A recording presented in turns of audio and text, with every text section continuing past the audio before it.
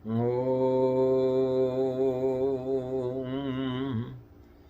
ॐ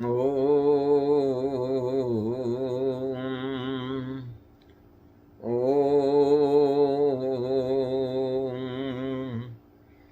कायेन वाचा मनसेन्द्रियैर्वा बुद्ध्यात्मना वा प्रकृतिस्वभावा करोमि यद्यत् सकलं परस्मै सदाशिवायेति समर्पयामि। सच्चिदानन्दरूपाय विश्वोत्पत्त्यादिहेतवे तापत्रयविनाशाय श्रीकृष्णाय वयं नमः। सदाशिवसमारम्भां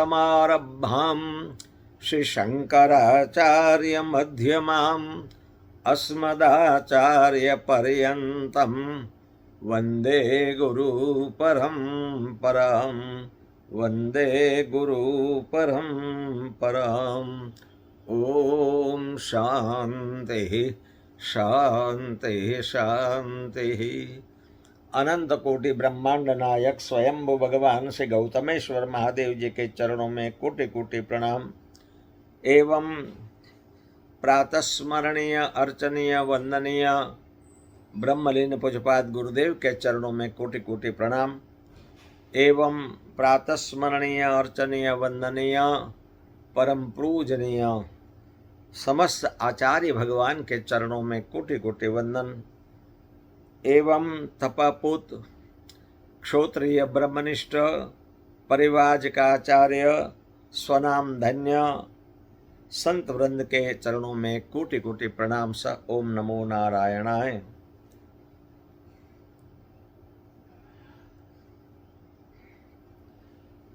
परम प्रेमास्पद सज्जनों एवं सन्नारियों, आप सब के हृदय में विराजमान भगवती भागीरथी माँ गंगा को मेरा कोटि कोटि प्रणाम।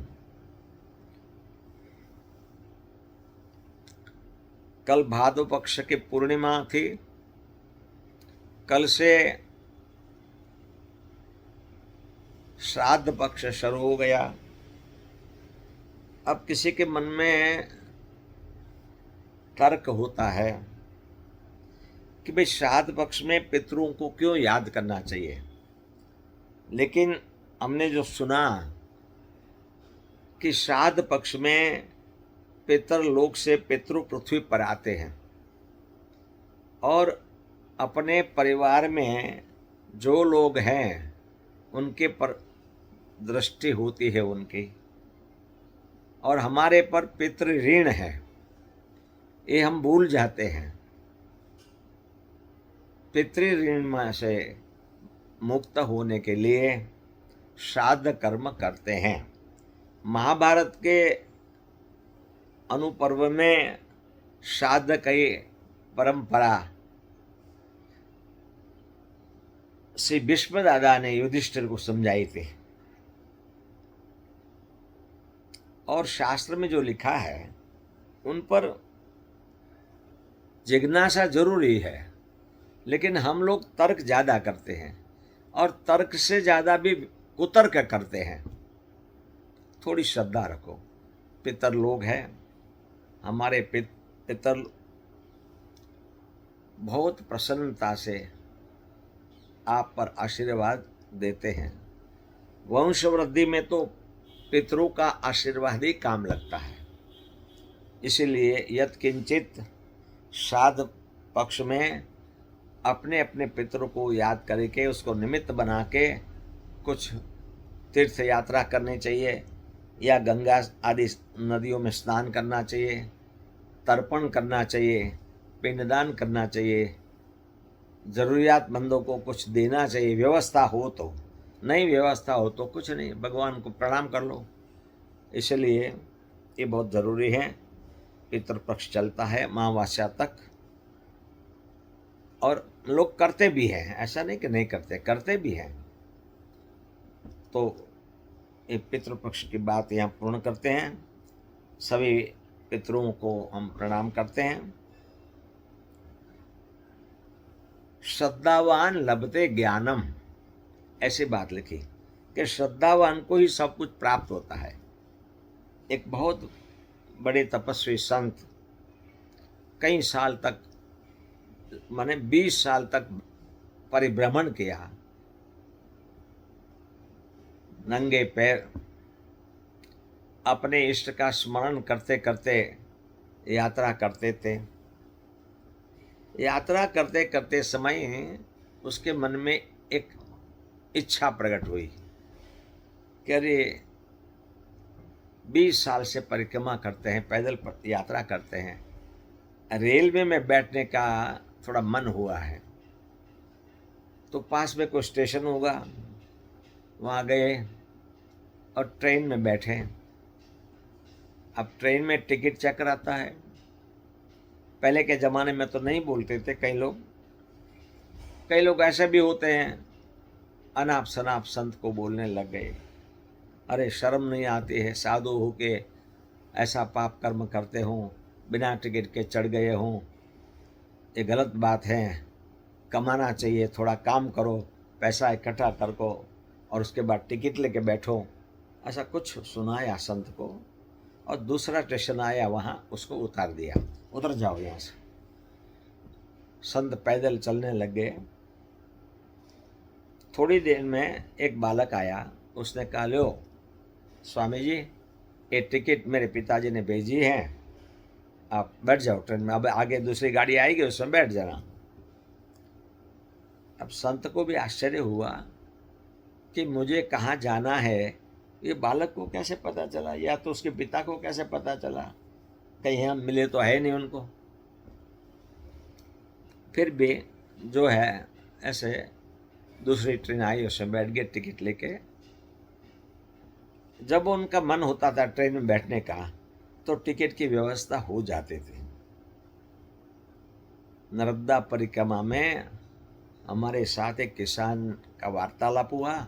उसने कहा, देखो व्यवस्था आगे आगे चलती है, आप उनके पीछे पीछे चलते हो। यही बात उस संत के जीवन में हुई। जब इच्छा होती है तो वो बच्चा आता है और उसको टिकट दे जाता है जहाँ जाना है। ऐसे 2-4 दफ़ा प्रसंग हो गया। संत के मन में विचार आया कि अरे बालक कौन है, एक ही तरीके का बालक है, एक ही रूप है बालक का, और बड़े प्रेम से हमारे साथ व्यवहार करता है, प्रणाम करता है। बोले पिता ने टिकट भेजी है, तो कौन उनके पिता है, क्या काम है हमको। तो इस दफ़ा जैसे टिकट देने आया तो उसका हाथ पकड़ लिया, कस के हाथ पकड़ा, बताओ तुम कौन हो, कहाँ से आते हो, तुमको कैसे पता चलता है हमको टिकट ये इस गांव जाना है इसे। तो बालक हंसने लग गया, बोले तुम जिसका भजन करते हो वही स्वरूप हम हैं। जो हमको समर्पित हो जाता है उनका हम ध्यान रखते हैं। आपकी इच्छा मन में हुई कि मुझे रेलवे में बैठना है, इतने साल से पैदल चल रहा हूँ, अब मैं थक गया हूँ, ये बिल्कुल हमने सुनी बात है। लेकिन बड़े महाराज जी के साथ में तो घटना घट चुकी है। ऐसे बड़े महाराज जी के मन में संकल्प हुआ कि गंगोत्री, यमुनोत्री, बद्री, केदार की यात्रा, चारों हिमालय के 4 धाम की यात्रा पैदल करनी है। अब आँख के बिल्कुल कमजोरी, 16- चश्मे का नंबर था गुरुजी का। और महात्मा लोग या कोई भक्त लोग जो पैदल यात्रा करना चाहते थे, पहले के ज़माने में पैदल जाते थे, बहुत लोग पैदल जाते थे चारों धाम में। तो काली कमली संस्था की ओर से उसको पर्चे दी जाते थे, पर्चे दिखाओ तो आपको रहने की व्यवस्था हो जाएगी और कच्चा सामान दे देंगे, आप बना लो, रोटी दाल बना लो, भिक्षा कर लो। लेकिन बड़े महाराज जी ने कोई पर्ची नहीं लिया और 82 ऋषिकेश से आगे 82 करके जगह है, वहाँ तक पहुँचे, वहाँ बैठे थे। झाड़ी में से एक संत आए जिसका नाम विवेकानंद था। उसने कहा, स्वामी जी ओम नमो नारायण है। बोले ओम नमो नारायण। बोले 4 धाम में जाते हो? बोले हाँ, इच्छा तो है। भगवान बोले बाबा 4 धाम की यात्रा कराएंगे। बोले मुझे साथ में ले जाओ।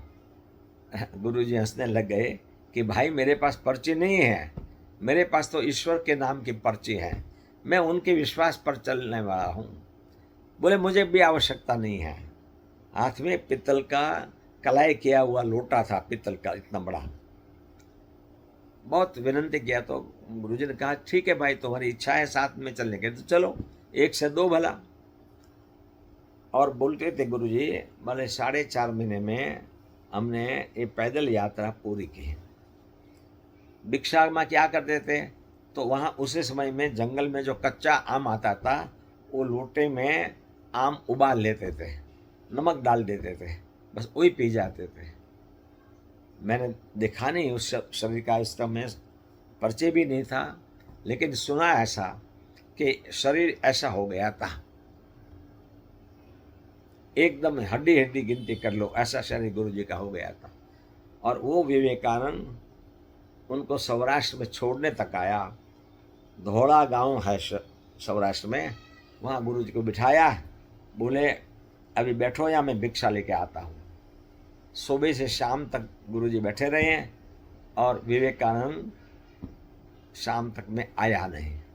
और वहाँ से फिर गुरुजी पैदल चल के वल्लभीपुर संन्यास आश्रम में गए और वहाँ से फिर सखवदर गए और ऐसे परिभ्रमण सौराष्ट्र में करने लगे थे। कहने का भावार्थ ये है कि कोई चीज़ असंभव नहीं है, आपकी संकल्प शक्ति दृढ़ होनी चाहिए, बलवान होनी चाहिए। भगवान सभी जगह पे आपको मदद करने के लिए तैयार है, लेकिन इस ईश्वर पर श्रद्धा तो रखो, विश्वास तो रखो। श्रद्धावान लभते ज्ञानम, श्रद्धावान को ज्ञान की प्राप्ति होती है। भौतिक चीज़ तो चुटकी का खेल है, समझ लो आप, वो तो मिलेगा ही मिलेगा यदि आप उनके बन जाओ। अब जैसे बालक माता पिता का बन जाता है, तो माता पिता के पास जो इच्छा व्यक्त करता है वो माता पिता उसकी पूर्ण करते हैं। अब वो बालक समझता नहीं है कि पिताजी की या माताजी की व्यवस्था है नहीं है, उसकी वो सक्षम है कि नहीं है, वो नहीं, बस हमको खिलौना चाहिए, ये इसने पड़ोस वाले ने लिया, हमको ऐसा खिलौना चाहिए। माता पिता को कुछ भी करके उनको खिलौना ला देंगे, इनकी इच्छा की पूर्ति करेंगे। देखो प्रत्यक्ष प्रमाण आपके घर में है। जब बच्चा ने आप पर इतना विश्वास किया तो आप उनके लिए अच्छे स्कूल ढूंढते हैं, ट्यूशन की व्यवस्था करते हैं, कॉलेज करवाते हैं, माने उच्च शिक्षण में भेजते हैं, वहाँ फीस की व्यवस्था, खाने पीने रहने की सब व्यवस्था माता पिता करते हैं। करते कि नहीं करते? करते हैं। कारण बालक का माता पिता पर पूर्ण विश्वास, यही साक्षात प्रमाण है। और क्या प्रमाण की जरूरत है आपको? इसीलिए जिस भगवान की हम प्रार्थना करते हैं उस भगवान पर हम पूर्ण विश्वास के साथ आगे बढ़े। वो जो करेगा ठीक ही करेगा। बस उनको हम हृदयपूर्वक से प्रार्थना करते हैं कि हे प्रभु, हमको सद्बुद्धि देना, सद्विचार देना और सत्कर्म हम करते रहें, ऐसे हमको शक्ति देना। हरि ओम तत्सत, हरि ओम तत्सत, हरि ओम तत्सत।